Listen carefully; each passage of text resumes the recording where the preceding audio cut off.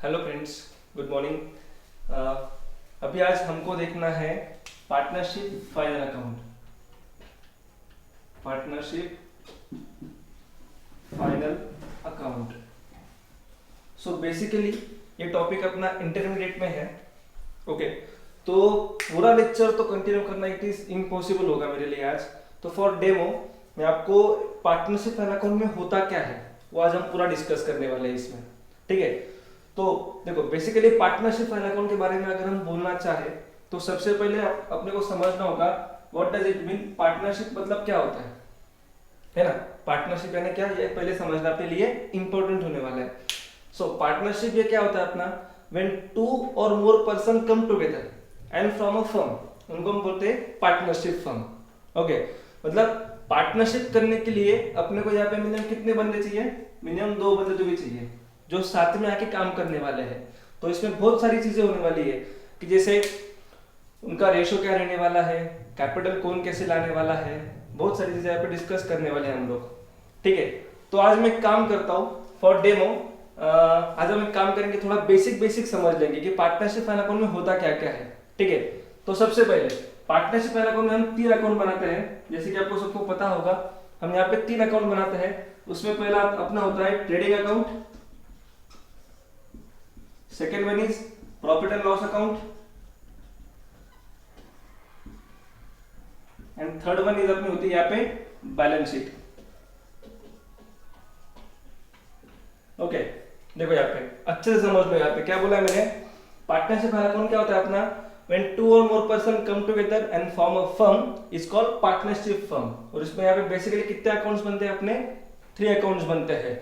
तो उसमें पहला होता है अपना trading account, second one is profit and loss account, and third one is अपनी क्या होती है, इसमें बैलेंस शीट होती है। ठीक है, तो सबसे पहले ट्रेडिंग अकाउंट माने क्या होता है। तो अगर मैं इसको सिंपल डिफाइन करने जाऊँ, ट्रेडिंग अकाउंट माने क्या होता है, इसके लिए अपने पास एक स्टोरी रेडी है, लेकिन अभी वो बोलना नथिंग टू इम्पॉसिबल हो जाएगा।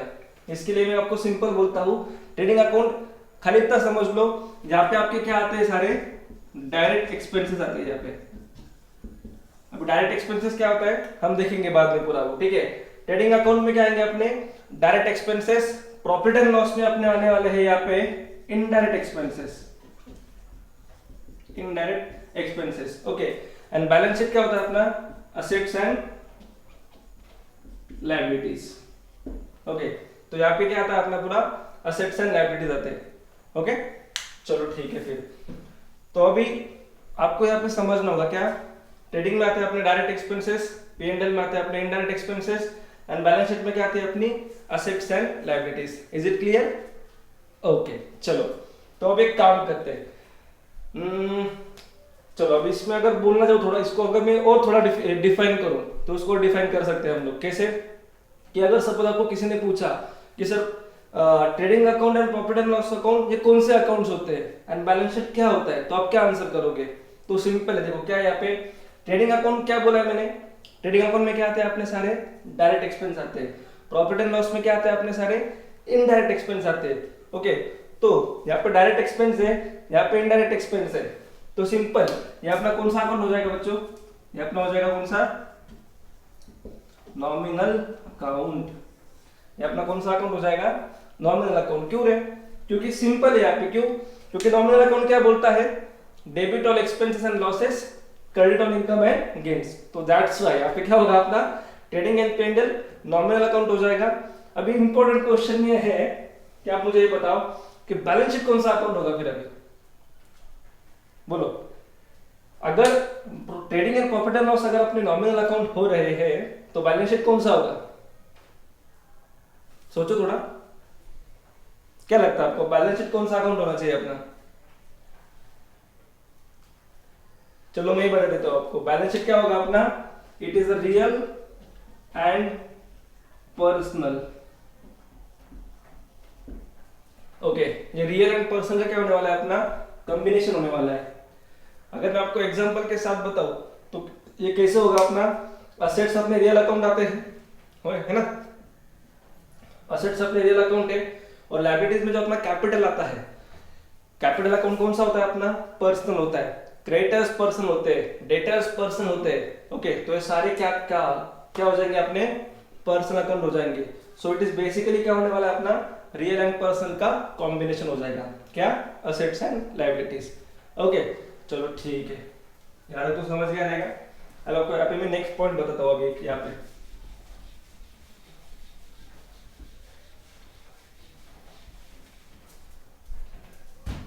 ओके चलो अभी हम लोग थोड़ा एक काम करते हैं, थोड़ा सा एडजस्टमेंट के बारे में सोचते हैं। तो एक काम करते हैं सिंपल, अभी जो अपने सिलेबस में है अभी एडजस्टमेंट्स में, जैसे कि बैड डेट्स, आरडीडी, ये सब क्या होता है इसको थोड़ा डिफाइन करते हैं अभी अच्छे से, ठीक है। तो अभी यहाँ पे आपको एडजस्टमेंट आएगा कि एडजस्टमेंट में बोला रहेगा कि आपके अनरिकॉर्डेड सेल्स है ना, आपके क्या है अनरिकॉर्डेड सेल्स है, आपके कुछ बैड डेट्स हुए हैं, आपकी कुछ आरडीडी थी और आपने कुछ डिस्काउंट भी दिया हुआ है, ये सारी चीजें आपको साथ में आ गई यहाँ पे सपोज। तो एक काम करते हैं एडजस्टमेंट में, अभी हम बेसिकली किसका एडजस्टमेंट देखने वाले हैं, डेटर्स का देखने वाले हैं, है ना। बेसिकली हम किसका एडजस्टमेंट देख रहे हैं अभी, डेटर्स का एडजस्टमेंट देख रहे हैं। तो सबसे पहले तो मुझे ये बताओ कि डेटर्स होता क्या है, क्या लगता है आपको डेटर्स क्या होता है? हाँ what does it mean, debtors का मीनिंग क्या है पता है आपको? अगर मीनिंग ही नहीं पता होगा तो कैसे करेंगे फिर हम लोग? तो ठीक है चलो सबसे पहले इसका मीनिंग बताता हूं मैं आपको। डेटर्स का मीनिंग क्या है अपना, डेटर्स इज नथिंग बट अपने क्या होते हैं बच्चों, कस्टमर्स। क्या होता है अपने कस्टमर्स है, अभी कस्टमर्स होते हैं बराबर ना, ये तो बात सही है। डेटर्स माने क्या है, कस्टमर्स है। तो सबसे पहले ये समझना होगा कि भाई ये डेटर्स अराइज कहां से हो रहे हैं, मतलब डेटर्स कहां से आए, डेटर्स का मतलब कैसे क्या मतलब ये अपने बैलेंस शीट में आ रहे हैं, कस्टमर्स कैसे क्या मतलब अपने बैलेंस शीट में दिख रहे हैं, ये अपने को समझने के लिए इसका बैकग्राउंड समझना आपके लिए इंपॉर्टेंट है। ओके तो डेटर्स कैसे क्रिएट होने वाले हैं उसका यहाँ पे देखते हैं हम। चलो अभी यहाँ पे देखते हैं समझता क्या देखो आपको अभी यहाँ पे, ठीक है। तो डेटर्स का बेसिकली क्या होता है कि सबसे पहले अपने क्या होते हैं बच्चों, सेल्स होते हैं। क्या होते हैं अपने, सेल्स होते हैं। There are two types of sales, first is cash sales and second is credit sales. First one is cash sales and second one is credit sales. देखो अगर आप कैश में सेल करते हो, अगर आप कैश में सेल करते हो तो आप क्या एंट्री करने वाले हो, सेल कर रहे हो मतलब आपका इनकम होने वाला है और कैश आने वाला है, तो cash account debit to sales. अगर आप क्रेडिट पे सेल कर रहे हो आपको पैसा मिलेगा यहाँ पे नहीं, लेकिन सेल तो हो रहा है, सेल को आप क्या करोगे, क्रेडिट करोगे। सेल आप किसको कर रहे हो, कस्टमर को कर रहे हो, और कस्टमर कौन सा अकाउंट होता है अपना, personal account. So that's why entry क्या पास करता हूं यहाँ पे, debtors account debit to sales. यहाँ पे क्या एंट्री पास होती है आपकी, debtors account debit to sales. तो बेसिकली क्या समझे हम लोग यहाँ पे, जब हम क्रेडिट में सेल करेंगे, जब हम लोग क्रेडिट में सेल करेंगे अपने क्या क्रिएट होने वाले हैं, डेटर्स क्रिएट होने वाले हैं। Is it clear? ओके चलो अभी डेटर्स कैसे क्लियर हो, कैसे क्रिएट हुए ये तो हमने देख लिया। अभी हमने एडजस्टमेंट में देखा था क्या क्या था हमको देखना है यहाँ पे, bad debts, unrecorded sales, RDD and discount. ये चार आइटम को अपने को अभी देखने हैं कि डेटर्स में कैसे इनका इंपैक्ट होने वाला है। चलो एक काम करते हैं, ये समझने के लिए तो विद अमाउंट लेते हैं इसको, मतलब समझेगा अपने को अच्छे से। सपोज आपके डेटर्स है यहाँ पे 1 लाख रुपीस के, कितने, 1 लाख रुपीस के। सपोज बैड डेट्स हुआ है 2000 का, अनरिकॉर्डेड सेल्स है 10,000 के, आरडीडी है 5,000 की एंड डिस्काउंट है 1,000 का। ओके अब इतने सारी चीजें यहाँ पे हो गई अपनी। क्या क्या हुआ है कि भैया डेटर्स अपने 1 लाख के हैं, उसके साथ बैड डेट्स हुआ है 2000 का, अनरिकॉर्डेड सेल्स है 10,000 के, आरडीडी हुआ है 5,000 का, डिस्काउंट हुआ अपना कितना 1,000 का। तो इसको आप कैसे मैच करोगे, फिगर आउट कैसे करोगे इसको अभी आप, कैसे फिगर आउट करोगे बोलो अभी।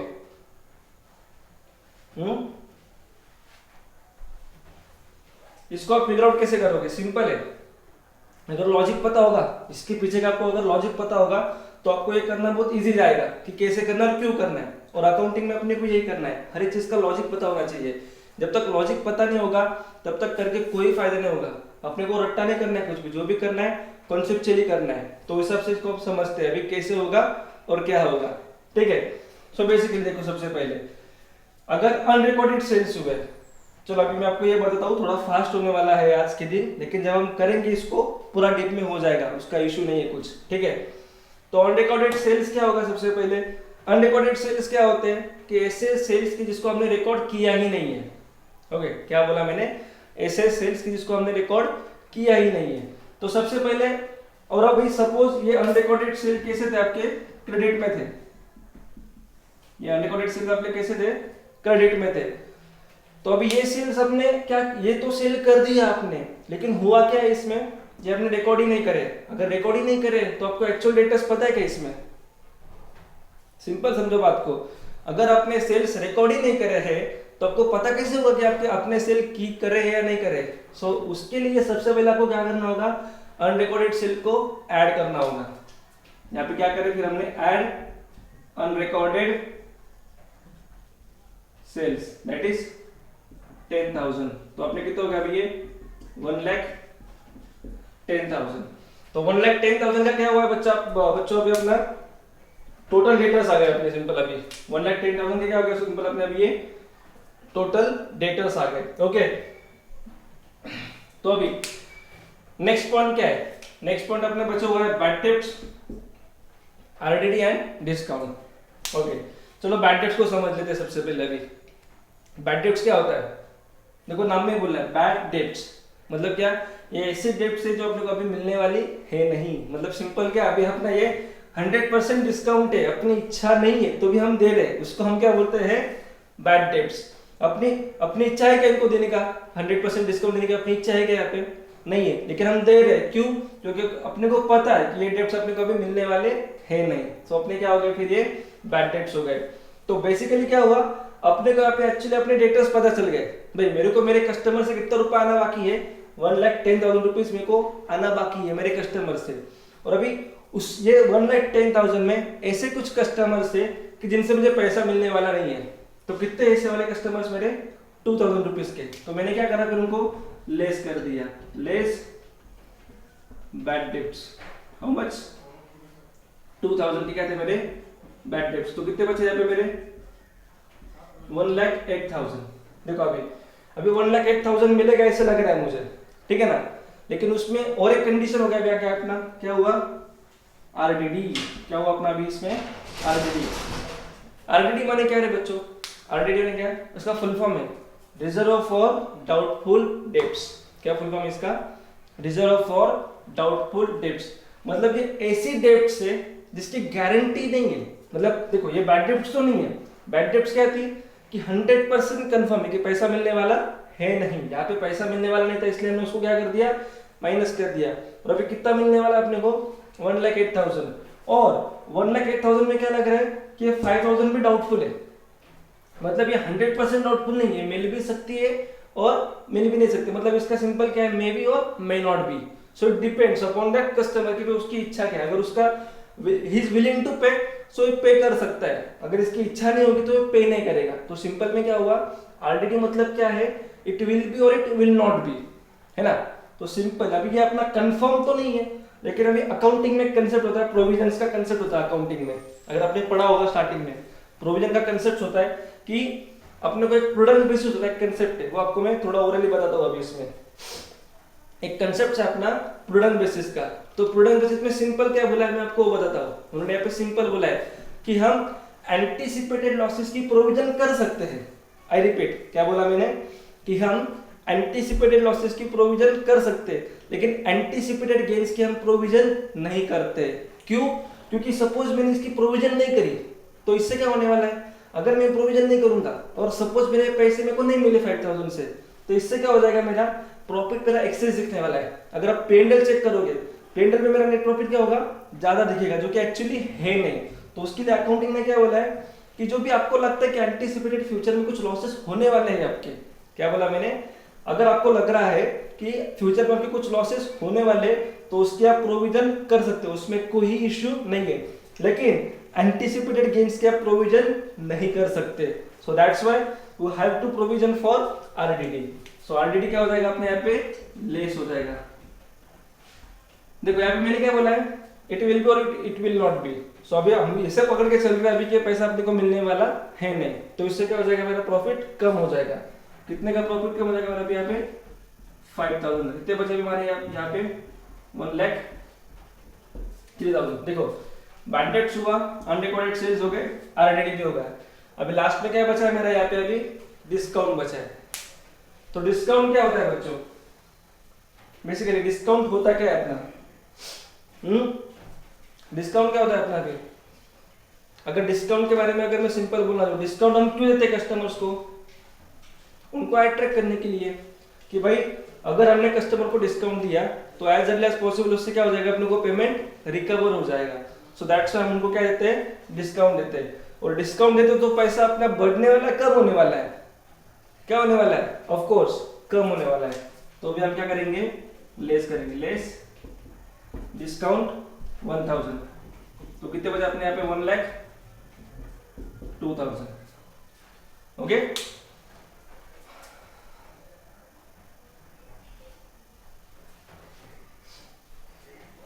आई होप सो कि अभी आपको ये पूरा समझा रहेगा कंसेप्ट। ओके, तो देखो यहाँ पे मैंने आपको पूरा एक जो थरोली बैकग्राउंड था वो आपको मैंने एक्सप्लेन कराया यहाँ पे कि क्या क्या हो सकता है और क्या क्या पॉसिबिलिटीज होने वाली है। तो भी हमने बहुत फास्ट देखा है, इसको जब हम स्लो देखेंगे तो आपको पूरा डिटेल में समझ जाएगा। आई होप आपको ये सब समझ में आया रहेगा। Thank you.